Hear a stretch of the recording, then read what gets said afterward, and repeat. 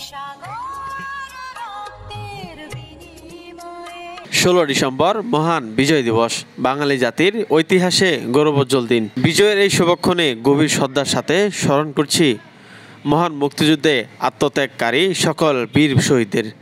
আরও গভীর শ্রদ্ধার সাথে স্মরণ করছি জুলাই আগস্ট 2024-এ ছাত্র জনতা গণ অভ্যুত্থানের আত্মদানকারী সকল বীর শহীদদের।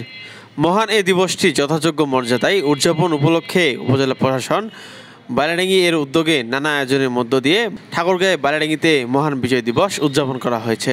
16 ডিসেম্বর সোমবার সূর্যোদয়ের সাথে সাথে বাইলাডাঙ্গি উপজেলার কেন্দ্রীয় স্মৃতিসৌধে 31 বার তোপধ্বনির মাধ্যমে অনুষ্ঠানের সূচনা ও মুক্তিযুদ্ধে শহীদদের প্রতি শ্রদ্ধা জানিয়ে পুষ্পস্তবক অর্পণ করা হয়।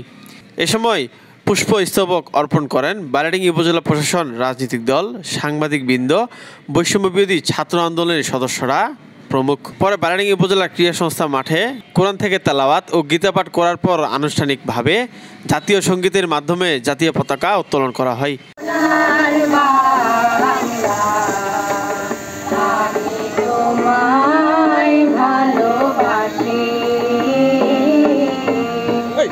এরপরে পায়রা উড়া ও বেলুন উড়িয়ে বিজয় মেলার শুভ উদ্বোধন করা হয়।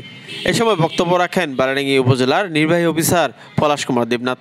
আজকের এই মহান বিজয় দিবসে শ্রদ্ধার সাথে স্মরণ করছি 71-এর বীর মুক্তিযোদ্ধা বৃন্দকে। সেই সাথে স্মরণ করছি 2024 সালের জুলাই আগস্টে ছাত্র অভ্যুত্থানে নিহত ছাত্র জনতাদের এবং যারা আহত হয়েছেন তাদের আমি দ্রুত আরোগ্য কামনা করছি। বিজয় দিবস সকলের মাঝে আনন্দ বয়ে আনে।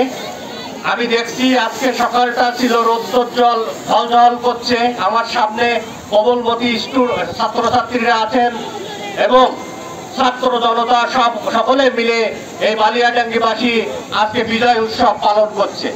এছাড়াও এই সময় আরও উপস্থিত ছিলেন বাইলাডাঙ্গি থানার অফিসার ইনচার্জ শওকত আলী সরকার, বাইলাডাঙ্গি উপজেলা সহকারী কমিশনার আরাফাত হোসেন, এলজিইডির কর্মকর্তা মাইনুল ইসলাম, কৃষি কর্মকর্তা সাজ্জাদ হোসেন সোহেল প্রমুখ। পরে উপজেলা মুক্তিযোদ্ধা কমপ্লেক্স ভবনের হলরুমে বীর মুক্তিযোদ্ধা, যুদ্ধাহত মুক্তিযোদ্ধা ও শহীদ মুক্তিযোদ্ধা পরিবারের সদস্যদের সংবর্ধনা ও আলোচনা সভা করা হয়।